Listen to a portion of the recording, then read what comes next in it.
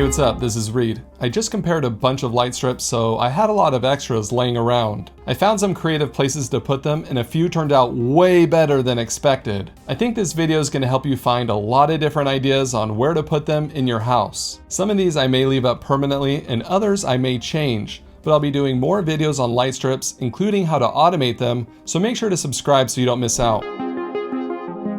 Bathroom vanity mirrors with LED lights are not that cheap. I wanted to add light strips, but I didn't want to see them when the lights were off. I found these LED covers on Amazon and they're pretty reasonably priced. They cover up the light strip, making it look much more professional and give some extra functionality, which I'll get into later. I got some corner connectors and I had to cut the covers with a small hacksaw to fit the mirror. It was pretty easy though. I put it on the inside of the mirror, but maybe it would look even better on the outside. I'm trying this out for now, but I do think it looks awesome. I'll put some light strip recommendations down in the description so you know what I'm using.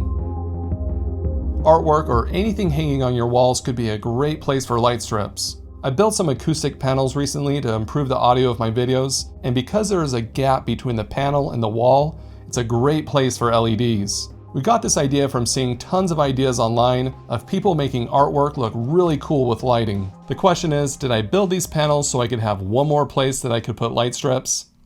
I'm not going to answer that.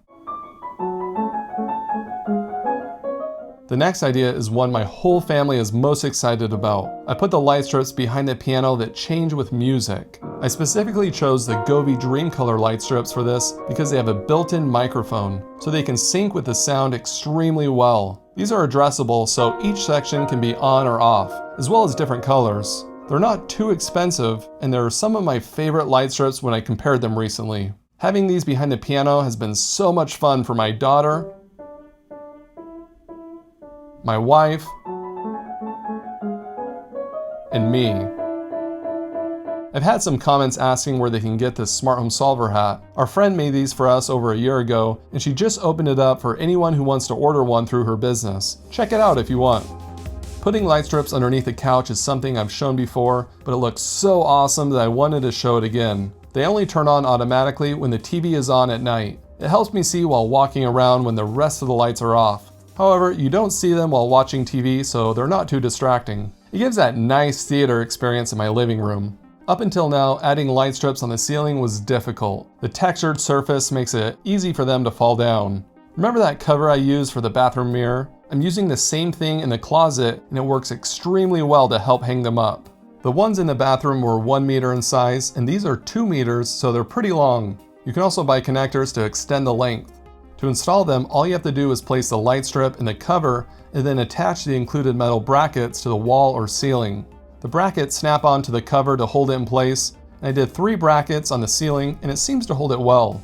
I also attached a contact sensor on the closet door, so when it opens, the light turns on. Then they turn off if the door closes. It's really convenient. These covers open the door to placing light strips in spots that may not have been possible before, and when they're turned off, they blend in pretty well. Like you may not have even noticed that there's some in the corner right now that have been there pretty much this whole time.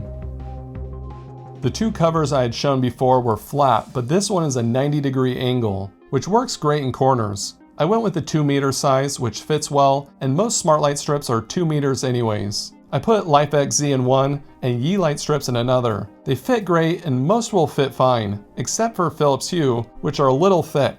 With these covers, you can slightly see the individual diodes while on. There are others that blend the lights better, which may be worth checking out. People have gotten creative on where to put these LED covers. I've seen them installed on baseboards or even outside on their patio. I like the idea of putting these on my baseboards permanently, which I think I'll do in another video. You can really use your imagination of where to put light strips with these covers on. And I covered a lot of these light strips in a comparison video I did recently, so go check that out if you haven't already. As I mentioned earlier, our leather patch hats are now available as a way to support our channel. So far, we haven't done Patreon or any sponsored videos. Buying one of these hats supports our channel and you get a really cool hat out of it. Don't worry, it doesn't come with any monthly fees and will be HomeKit compatible someday. As always, thanks so much for watching. The fact that you're here at the end of this video means you already support our channel, so thank you. And we'll see you again next time. Ooh, what's this? It's a lightsaber.